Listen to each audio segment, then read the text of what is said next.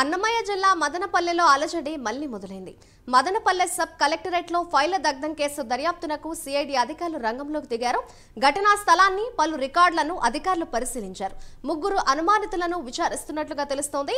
ఇప్పటికే నిమ్మనపల్లి విఆర్ఏ రమణయ్యతో పాటు sub collector కార్యాలయ సీనియర్ అసిస్టెంట్ గౌతమ్ తేజ్లను అదుపులోకి తీసుకుని అధికారులు విచారించారు.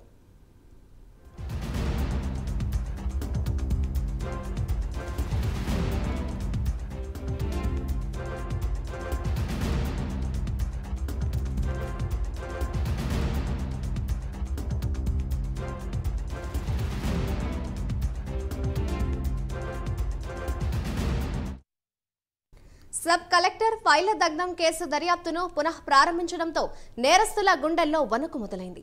ఈ కేసులో పాత ఆర్టీఓలు మురళి, హరిప్రసాద్, మదనపల్లి మాజీ ఎమ్మెల్యే నవాజ్ బాషా, పెద్దిరెడ్డి రామచంద్రారెడ్డి, ముఖ్య అనుచరుడు rice mill Madhavareddy, municipal chairperson Jinka Venkata Chalapathi, retired postal ఉద్యోగి రామకృష్ణారెడ్డి, శశిధర్, తుకారం, బాబ్జాన్, అక్కలప్పను గతంలో విచారించారు.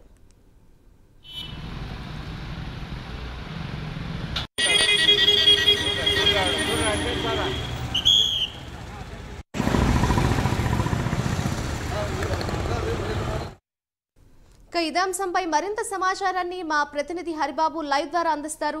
హరిబాబు, చెప్పండి, ఈ కేసుకు సంబంధించి మళ్ళీ దర్యాప్తునైతే పునః ప్రారంభించినట్లుగా తెలుస్తుంది. దీనికి సంబంధించిన లేటెస్ట్ అప్డేట్స్ ఏ విధంగా ఉన్నాయి? Thank you Madhuri. ఏదైతే మదనపల్లె సబ్ కలెక్టర్ కార్యాలయంలో ఫైల్స్ దగ్ధం కేసుకు సంబంధించి రాష్ట్ర ప్రభుత్వం సమాచారం తెలియగానే ముఖ్యమంత్రి హుటాహుటిన అప్పటి రెవెన్యూ కార్యదర్శి సిసోడియాని, అలాగే డీజీపీ ద్వారకా తిరుమలరావుని, అలాగే సిఐడి చీఫ్ రవి అయ్యన్నార్ని ఆయన ప్రత్యేకంగా హెలికాప్టర్లో మదనపల్లికి పంపించి విచారణ చేపట్టడం జరిగింది. దాటి తర్వాత అక్కడ ఉన్నటువంటి స్థానికంగా ఉన్నటువంటి పోలీసు అధికారులు కూడా ఈ కేసుకు సంబంధించి పూర్తి స్థాయిలో దర్యాప్తు చేసి కొంతమందిని విచారించడం జరిగింది.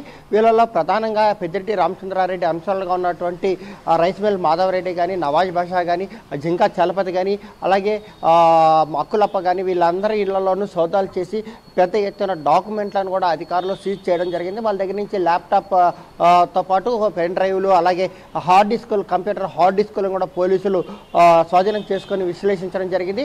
ఆ తర్వాత నిన్న తాజాగా ఏదైతే సిఐడి చీఫ్ రవి అయ్యన్నార్ ఉన్నారో ఆయనతో పాటు అన్నమయ్య జిల్లా కలెక్టర్ ఎస్పీ, అలాగే ఏఎస్పీ, మదనపల్లె ఏఎస్పీ, అలాగే ఆర్డీఓతో సబ్ కలెక్టర్తో సహా వీళ్ళందరూ సబ్ కలెక్టర్ కార్యాలయానికి చేరుకొని ఈ కేసులో ప్రధానంగా ఆరోపణలు ఎదుర్కొంటున్నటువంటి విఆర్ఓ రమణయ్య, అలాగే గౌతమ్ తేజాను కూడా పిలిపించి సీన్ రీకన్స్ట్రక్షన్ చేసినట్లు కూడా కొంత ప్రాథమిక సమాచారం వస్తుంది. ఎందుకంటే ఘటన ఎలా చోటు చేసుకుంది, ఆ రోజు మీరు ఎక్కడ ఉన్నారు, ఏం చేశారు, అంత రాత్రి వరకు మీరు ఏ విధుల్లో ఉన్నారు, ఏం పనులు చేశారు, ఎట్లా కదిలారు, మీ కదలికలు ఎలా ఉన్నాయి, ఎక్కడ ఏం చేశారు అన్న దాని మీద సీన్ రీకన్స్ట్రక్ట్ చేసినట్లు కూడా మనకు సమాచారం వస్తుంది.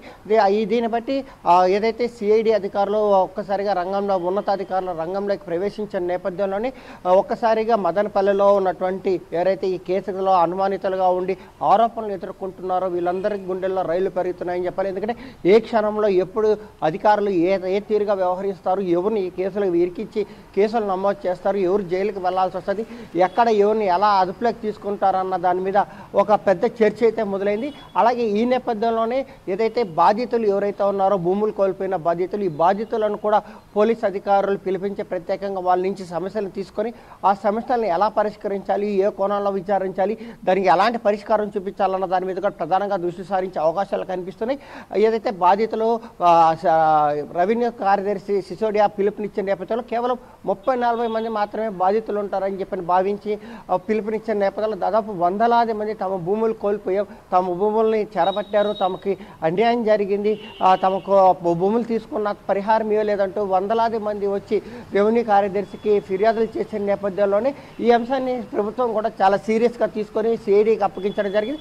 దీంతో సిఐడి అధికారులు కూడా ఇది ఛాలెంజింగ్ కేసుగా పరిగణలోకి తీసుకొని దీని మీద ప్రత్యేక దృష్టి సారించి మామూలుగా జిల్లాలో ఉన్నటువంటి సిఐడి అధికారులు మాత్రమే ఏదైనా కేసు నమోదైతే దానికి సంబంధించి కేసు దర్యాప్తు అధికారులుగా ఉంటారు. అయితే దీంట్లో ప్రధానంగా డిఐడి ఏదైతే సిఐడి చీఫ్ ఉన్నారో డీజీ రవిశంకర్ అయ్యన్నారే నేరుగా రంగంలోకి రావడంతో ఒక్కసారిగా పరిస్థితుల్లో తారుమారులు ఏదైనా గందరగోళం జరిగే అవకాశాలు ఉన్నా కూడా వాటిని పూర్తి స్థాయిలో నియంత్రించి పక్కాగా పక్కడబందీగా ఈ కేసును దర్యాప్తు చేపట్టి నిందితులు ఎవరైతే ఉన్నారో వాళ్ళందరి మీద కఠిన చర్యలు తీసుకునేదానికి ప్రభుత్వం పక్కాగా వ్యూహంతో ముందుకెళ్తుందని ఒక సంకేతాలను అయితే ప్రజలకు ఇప్పటికే ఇచ్చింది.